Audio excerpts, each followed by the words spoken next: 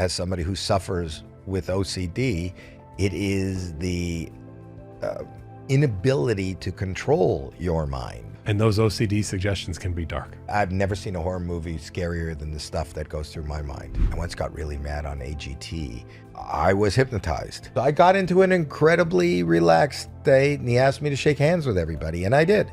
And then he snapped me out of it. And then when I realized what I had done, I got terrified. I got really upset. I also felt like, my personal mental health issue is really not entertainment. I'll never forget when I first got diagnosed in my mid-40s, there was such a huge weight lifted off my shoulder. And in this battle that I was fighting alone, understanding that, oh, this is a thing. Not only is this a thing, this is an incredibly prevalent thing. This is an incredibly misunderstood thing.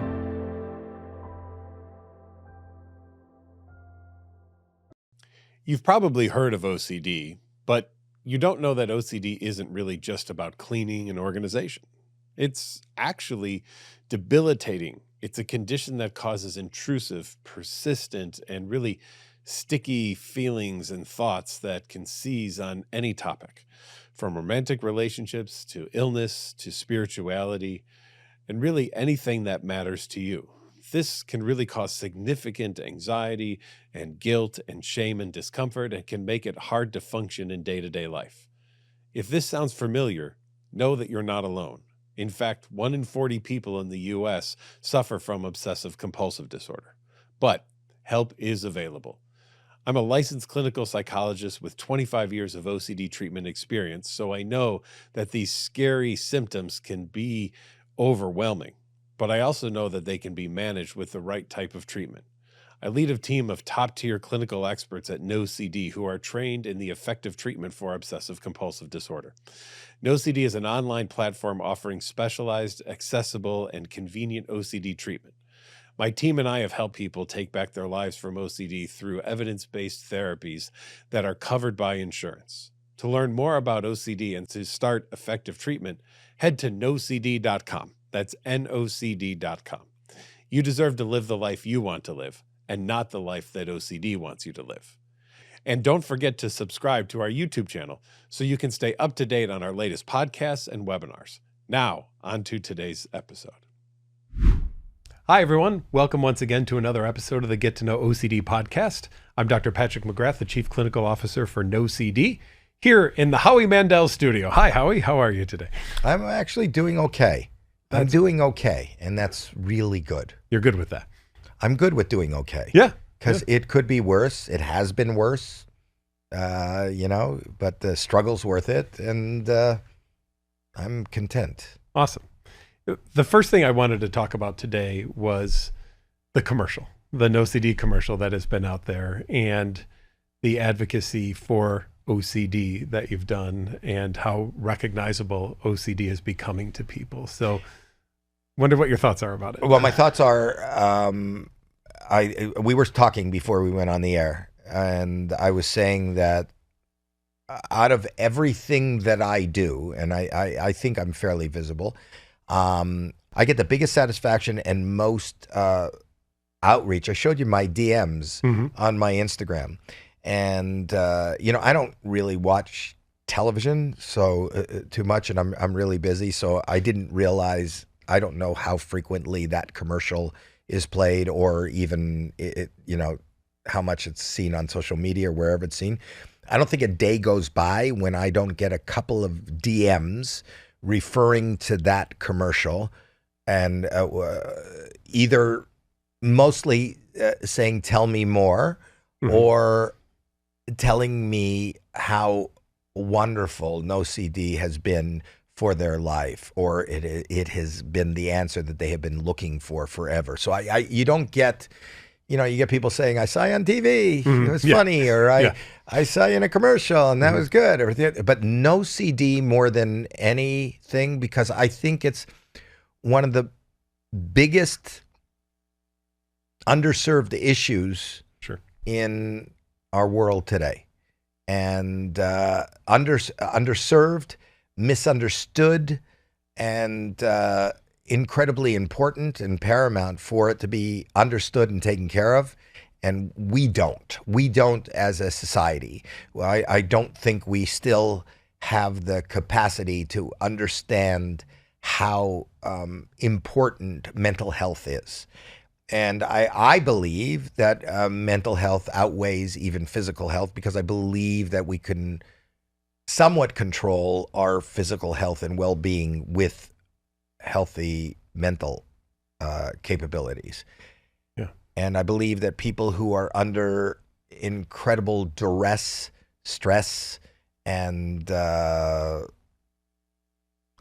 mental turmoil will and do become physically ill. Right. And we've even seen there's studies being done now with insurance companies where people who are getting their mental health addressed are actually going to doctors less for physical things, because let's say it was health anxiety and they would run to the doctor right away to have something checked. And once they know that, wait, maybe this is part of OCD, maybe this is something that I can manage without needing that assurance that OCD would like you to get, that you actually can manage the physical things better through better mental health. Well, I didn't make up the saying, but mind over matter, it really makes sense, Yeah. And the truth is, as somebody who suffers with OCD, it is the inability to control your mind. You lose control of your mind, and which is, incredibly debilitating when you have any semblance of intelligence, so that you understand and you're aware of these thoughts, these rituals that are making no sense. Right. Ignorance is bliss, but to know that exactly what's happening and not being able to control it and not being able to move forward and just having your life shut down in those moments of extreme, attacks, or the darkest, deepest part of what OCD can be to somebody is horrifying. And that's why I'm so excited to even be, have any association with NOCD, because NOCD now gives, and I've learned through you and this company how prevalent this is. The truth of the matter is, and I think this goes for anybody suffering any mental health issue, because it's in here, it's in you. It's hard to imagine that anybody else shares your experience, right? That anybody else even would understand your experience, or that you could even articulate to somebody, here's what it is, what should I do, Yeah. And I'll never forget when I first got diagnosed in my mid-40s, even being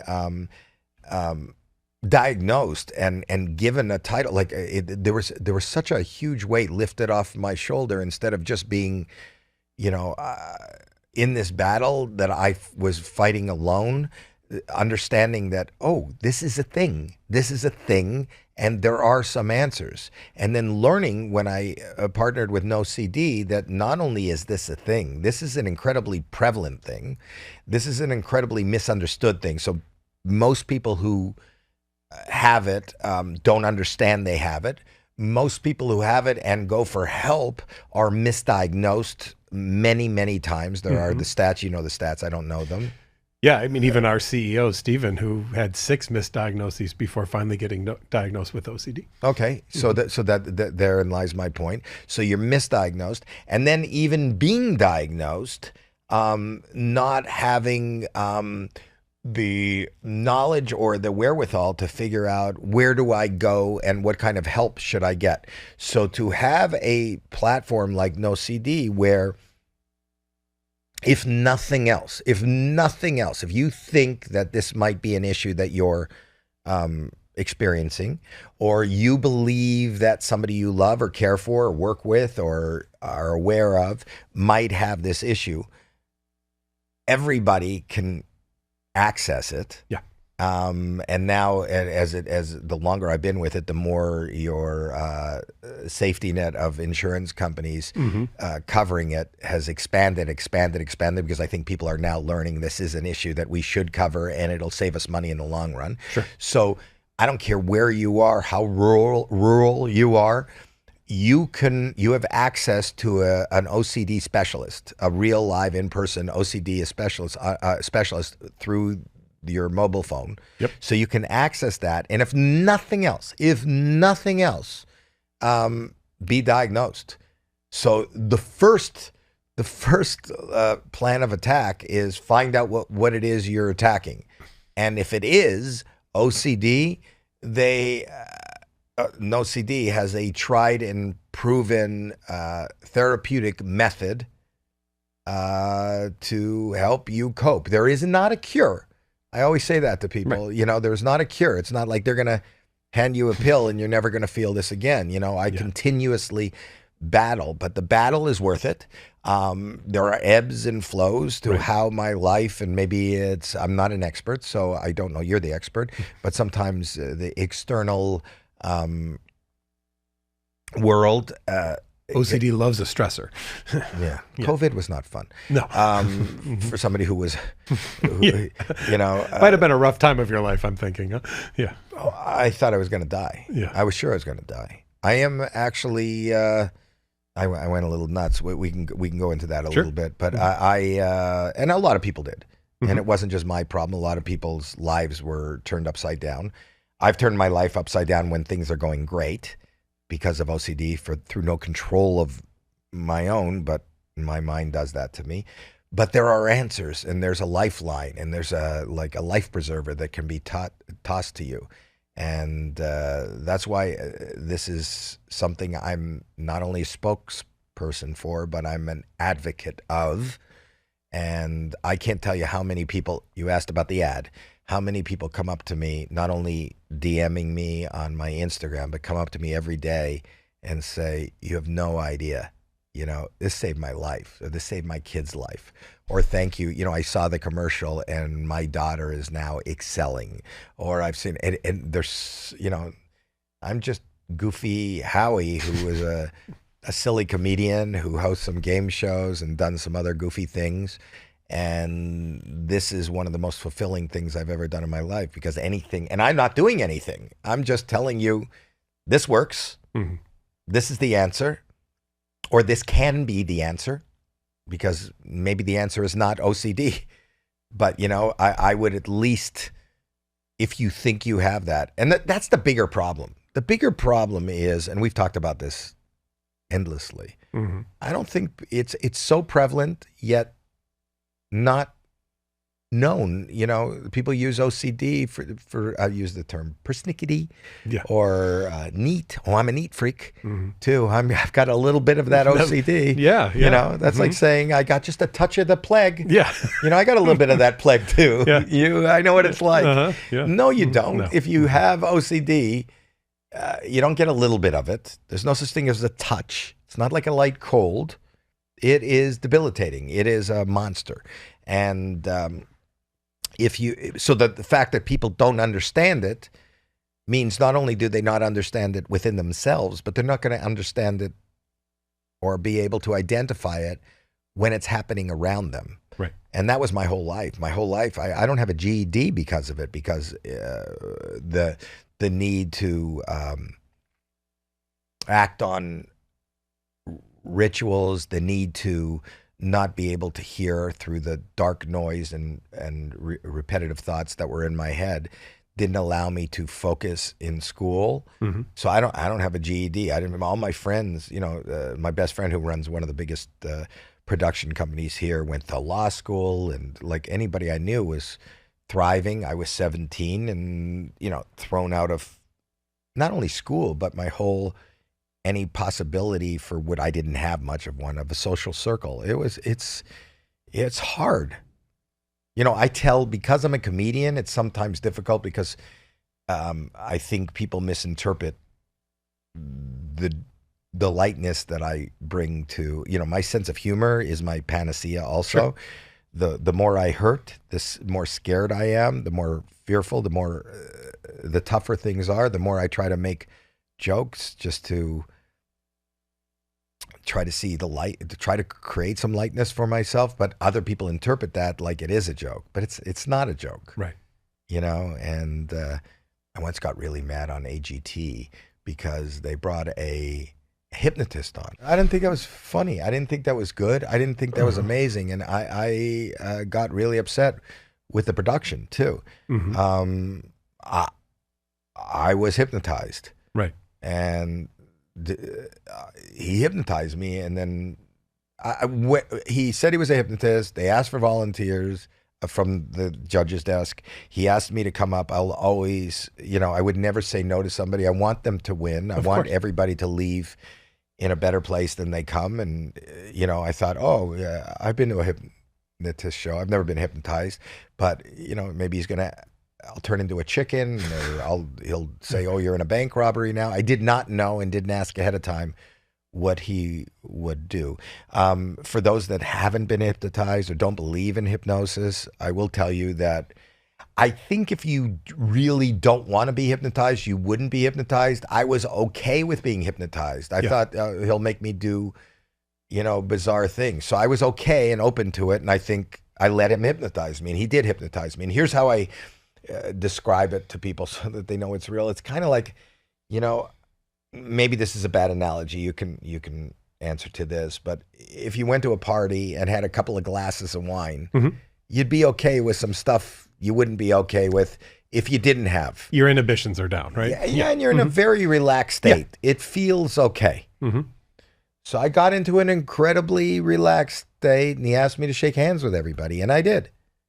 And then when he snapped me out of it, I got triggered to go, look what I did. Like I don't shake hands now, and I do the fist bump because I know that I could shake your hands. And probably if we were doing exposure therapy right now, you'd probably make me shake your hand. I'd ask you to. I wouldn't make you, but I'd ask. But that's part of the therapy. Yeah. You would do that, and then you would be here to talk me through the other side so that I don't get triggered into this dark wormhole that could send me into the bathroom to scald my hand for the next 3 hours and not be able to do anything else. Right. That's the response prevention. The truth of the matter is that he did that, and then he snapped me out of it. And then when I realized what I had done, and now I'm sitting on the set, I couldn't go wash my hands, and I touched everybody, and everybody thought it was funny, and it was a great thing. And I was like, I got terrified. I got really upset.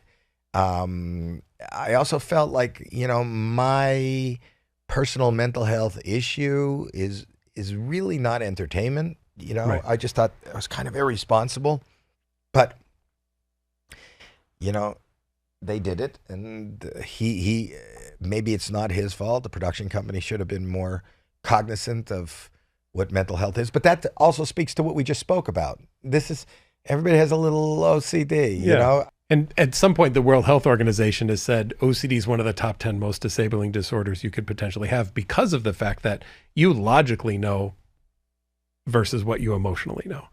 And you can logically say what you just said. I'll likely be fine. But that emotional fire, that fight, flight, or freeze response that kicks off in your brain is overwhelming. That's what makes it more painful. Yeah. The saying ignorance is bliss rings true. If you don't know something, you're blissful. But if you do know, if you say, I'm having a weird, impossible thought or need to do something, and I understand that I don't need to do this, and then you can't stop yourself from doing it or thinking it, and you go, but that's a ridiculous thought. I don't need to. It's ridiculous. I've already washed my hands. Yeah. I've had soap. I sang Happy Birthday twice. Yeah. I'm good. I'm good. Covered. Yeah. And then I go back to the sink and I make the water hotter and I sing Happy Birthday 3 times. Oh, I'm good. I'm good. That's ridiculous. I went back twice. I'm back a 3rd time. And I can't stop myself. And I miss an appointment. And I miss something with my family. And I miss a flight. It's not because I'm oblivious. No. And I'm hyper aware. Being hyper aware and not being able to, I've made myself bleed just because I want to just, I don't know how to stop these intrusive, debilitating, ridiculous needs and thoughts. Yeah. And I think for some people, they'll just look at you and think, well, just stop it. I sometimes use an example when I'm working with an audience that doesn't really get it. I'll start talking about lice, and I'll do that for a minute or two. And then eventually you just see the hands go up and the scratching of the heads and people starting to do this. And I point out to the audience, look at how many of you right now are scratching. You probably don't have lice. I've just talked about it.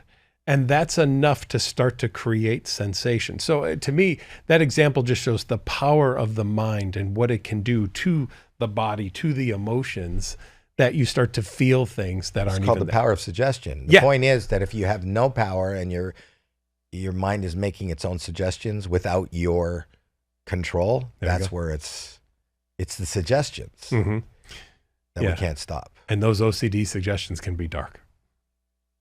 Horror movies. I've never seen a horror movie scarier than the stuff that goes through my mind. Yeah. And that sometimes keeps people away from treatment because they're afraid if I tell somebody else some of these things, they might call the police on me.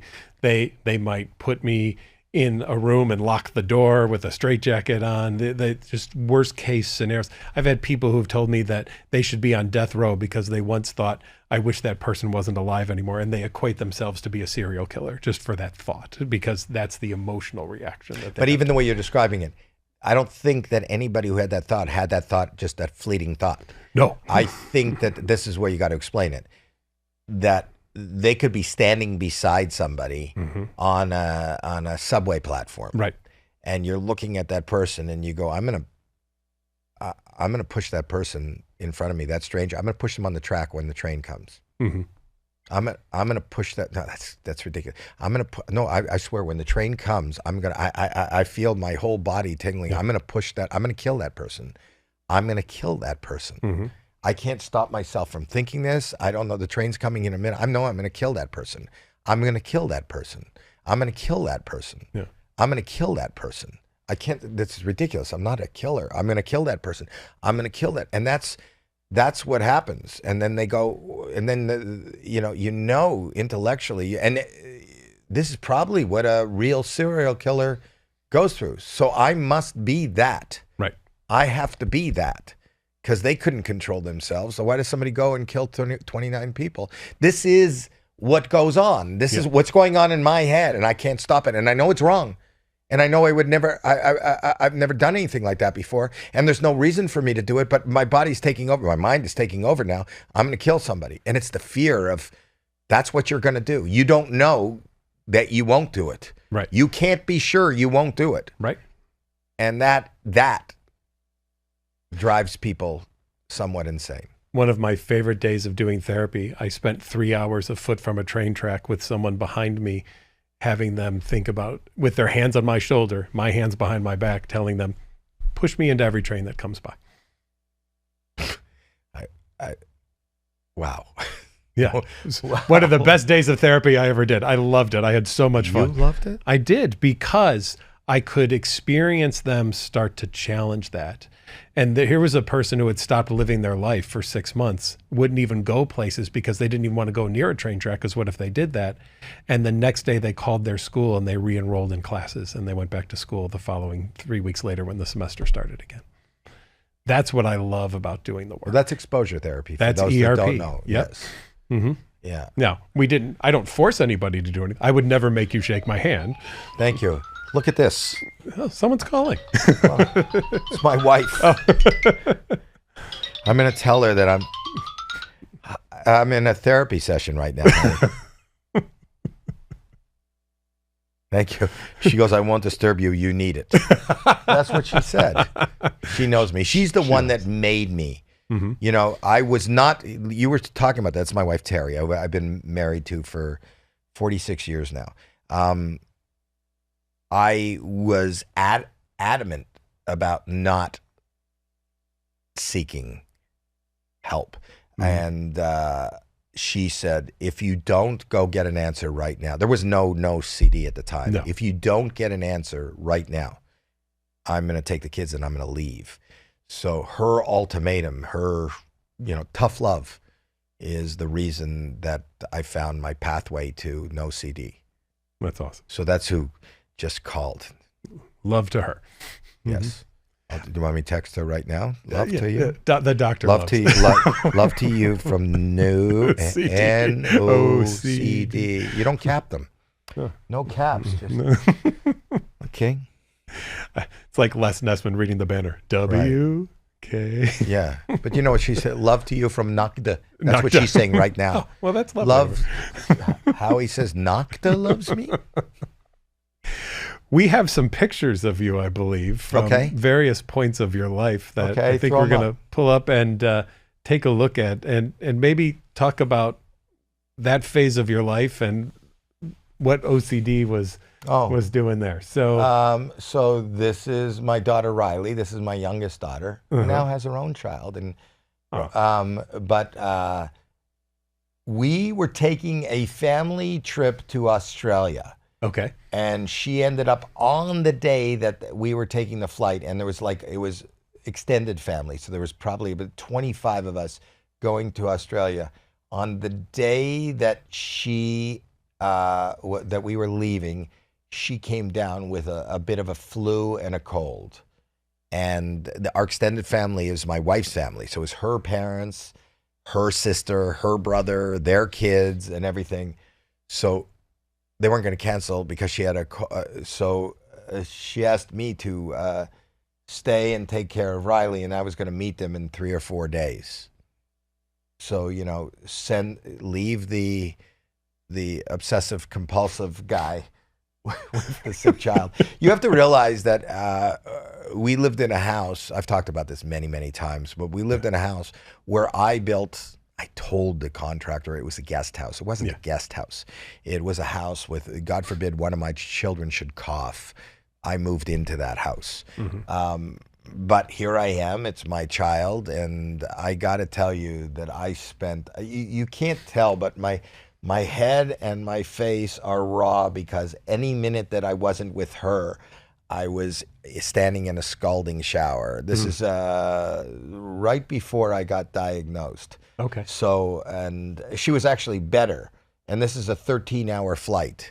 I wore a mask. She wore a mask. This has nothing to do with COVID. No. This is, she looks about 10 there. She's 33. This is 23 years ago. Okay. Maybe it was right before I got diagnosed. This was because I think my wife was angry at me for making my 10-year-old daughter fly for 13 hours with a mask on. Yeah. There was no reason for her to be wearing a mask, no reason for me to be wearing a mask. She had a little cold. I stayed for 3 days. It cleared up, and then I put her on a 13-hour flight with me. I was wearing the mask. I slept with the mask in the house. I wore rubber gloves in the house. I'm trying to see what's on the armrest there. Can you see what's on the armrest? It looks like one of those tissue packets. Yeah, tissue packets. Yeah, I was wiping like. everything. Everything is like 13 hours of cleaning and rubbing and doing everything. She said that you're making the kids nuts. I think I made her not even. She wasn't allowed to face me. I gave her a pillow so she would turn the other way. I mean, it's horrible. I feel this kind of stuff makes me feel guilty, and people made fun of me, but I don't know. I was living in, I would imagine, the way people felt when they lived during the plague. Sure. And this is with my own child who had a cold 2 days before. This is a 13-hour flight. There's nothing to point out. I'm not pointing anything out. I think somebody took a picture of us. I don't know. Or you're directing her to keep facing that way. Keep facing that way. And you could talk to me facing that way. Yeah. Don't look at me. Don't. Wear the mask. Look, tissues are out. I'm sure there's some antibacterial things stuffed in my seat. Yeah. I've had like 38 showers probably that day. It's horrible. Not a fun. Traveling should be fun. Does that kid look like she's having fun? No. Look at her eyes. There's just misery. I feel bad. She's not raising her child the way I am. She knew, and that's it. And I think, if anything that came out of it, her kid's allowed to pick things up from the ground, yeah, and live a normal life, that's which all. I understand. Sure. I would still have a problem with that, but that's me. Let's take a look at another one and see what else we have. Well, that's me as a child. Look at, Wow. I think it was informed, not that, I talked about what triggered my OCD, Yeah. but I don't know that my mother had OCD. I think her mother, that may have informed what I got afraid of. Everything was always wrapped in plastic. Can you see the chair is always wrapped in plastic? Okay. And she'd put plastic. If she put plastic down, then she put me down. Or if somebody came in when I was that age, and I remember this, if they would touch the side of the, I remember really clearly my crib. If somebody touched the side of the crib, they'd come on and look at the baby. Oh, look at little Howie. My mother would keep me away from the side of the crib. They'd leave, and then I don't think it was Lysol, but whatever it was, she put a disinfectant. She would rub down the side of the crib so that I wouldn't touch where they touched. I feel like I was hermetically sealed for the first 5 years of my life. John Travolta, Boy in the Bubble. Boy in the Bubble, which I saw as wow, that's like seeing a kid go to Disneyland. Why can't I live in a bubble? I saw that movie thinking, this is not terrible. This is my dream. Yeah, right. That's interesting. I mean, that's not a joke. That's really plastic. Yeah. I mean, I don't remember that day, but I remember in the house, everything wrapped in plastic. Are there still points of view even today that think not a bad idea, or are you? Well, here's the thing. Here's the thing. And maybe you could correct me if I'm wrong. When you have these thoughts or these images, you can make sense of it. Sure. And that's how your intellect kind of, otherwise you would just, I don't think the right word is insanity, but I feel like I was always on the brink of insanity. And even if it does make sense, people are out all day sitting on a bus or sitting in a cab, or you don't know what they're sitting on, or they put their feet up on the chair. There's always a reason where there could be some real icky stuff around, or even what we were just talking about in the subway. I see that, this was her first baby, 1955. You want life to be germ free. At that time, polio was the rage. Sure. And I know, and family members had it and got it. And that was before the polio vaccine. So you can see how a young mother in her 20s with her first baby would be scared to kind of let this precious little being touch anything. Yeah. Going on what you said, sometimes I've said OCD makes the outlandish seem very reasonable. Yeah. Right. Yeah. Well, OCD is outlandish. Your intellect takes the outlandish and has to make it reasonable for you to survive. Right. Because as soon as there's no reason for it, that's why people who don't get help, if you can't make it reasonable, then people have taken really drastic turns. Did it ever, as much as you're willing to talk about it, but did it ever get to that point? I mean, people turn to substances, people have suicidal thoughts with OCD. All of that. Yes? Yes. Okay. Both.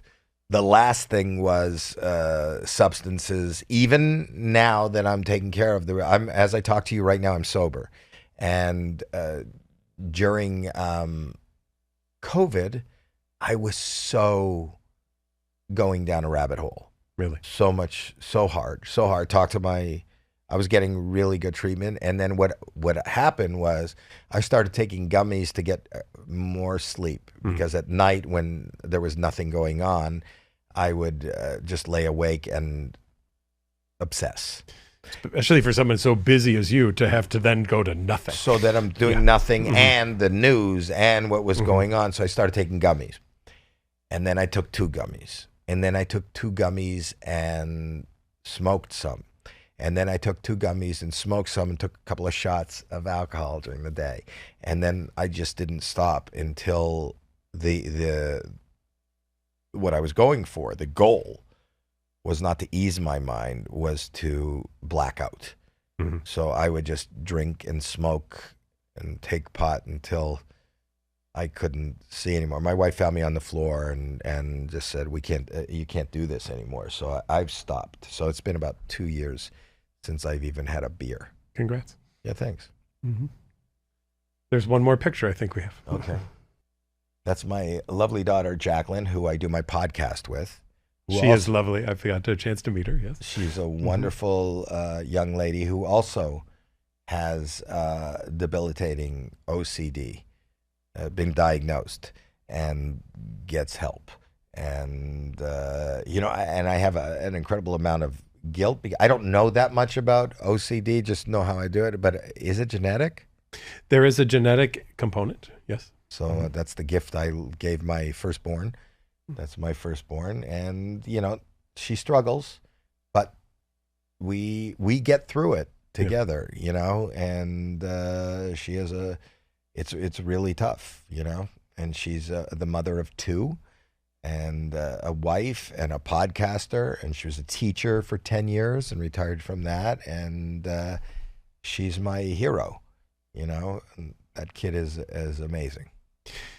Here's what we know on the genetic side for you is there's something we call diathesis stress, meaning we have genetic predispositions, but you have to have stressors too. So it's a mix. You may have a high genetic predisposition, but never a stressor to kick it off. You may have a low genetic predisposition, but a huge stressor and it kicks off, and everybody else is kind of somewhere in the middle. So it's not a 100% on either side. I've talked about this before, but also it doesn't help. I talked about it. This wouldn't be the first time talked about, but her child is in remission, but he had leukemia, and then he ended up having a bone marrow transplant, but he's still immune compromised. Sure. So here we are, us 2 OCD sufferers, worried about a third party. It was our little baby, her little baby. We're not allowed to really go anywhere publicly. It's kind of sad because, we didn't make it public. She just talked about it recently. But,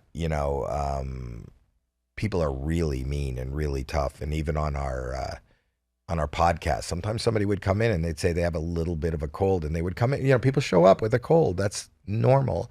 She'd be wearing a mask, or she would leave the room, and it became political, and people call her, horrible names and don't know, she's just trying to protect her child.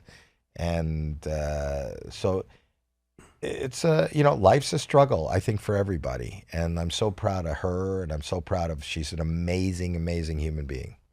As you look at, your daughter, your grandson, thank you for being open about that.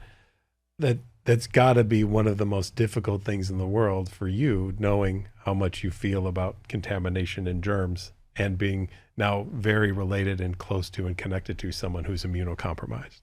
Well, you learn things that you never thought, as the doctors are telling.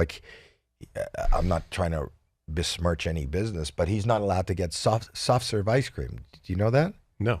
Mm-hmm. The bacteria that grows in a soft serve is not. If you have no immune system whatsoever, you can't fight that bacteria. Wow. Okay. Now, I don't want to know that. Right. Or he can't have fountain drinks. Mm-hmm. Also, the bacteria that grows on those fountains. When you're somewhat healthy, you find our bodies are filled with. I think we are bacteria. We are. Yeah. So, but somebody who's totally compromised can't do that. So he has to drink, his sodas out of bottles. He has to not have soft serve ice cream. We don't stay in hotels when we go with him, or we have to get something that's on the bottom floor with its own entrance. Sure. Because he can't be around people. So, and 2 kind of OCD people that we are, and that's one of many triggers. People know me as a germaphobe, but that's not.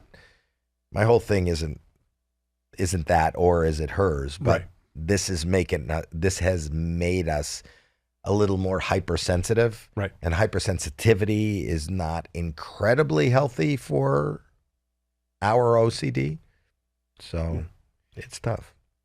Has there also ever been an emotional contamination for you? Like if you say someone you didn't like sat in that chair, would you ever feel like you don't want to sit in there because you might take on some of their essence or something like that? Because that's another way that I see contamination happen in people. That's not my thing. That's not, okay. No, a lot of really negative, sometimes violent thoughts. Mm-hmm.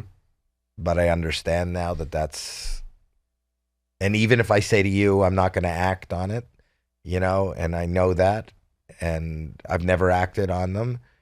It's when you're in the midst of them, it's hard to kind of delineate between these thoughts, because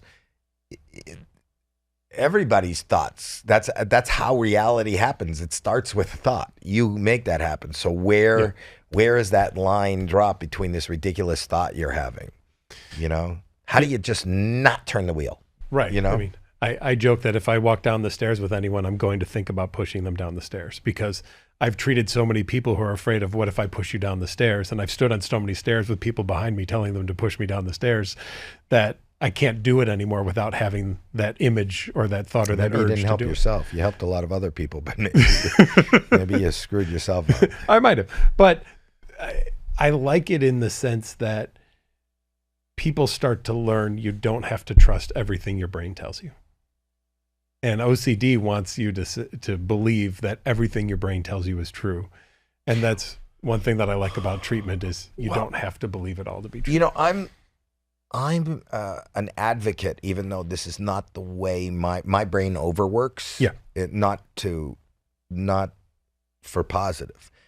But I'm the one that says, Nike has said it, but just do it. Mm-hmm. I believe that our instinct is wonderful. We should just do things, not push somebody down the stairs. But I think that we all have a tendency, even if you don't have OCD, to overthink. Yeah.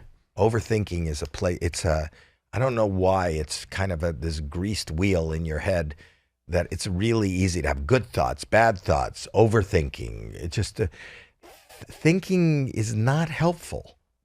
I don't know that it's helpful. I don't think we should think.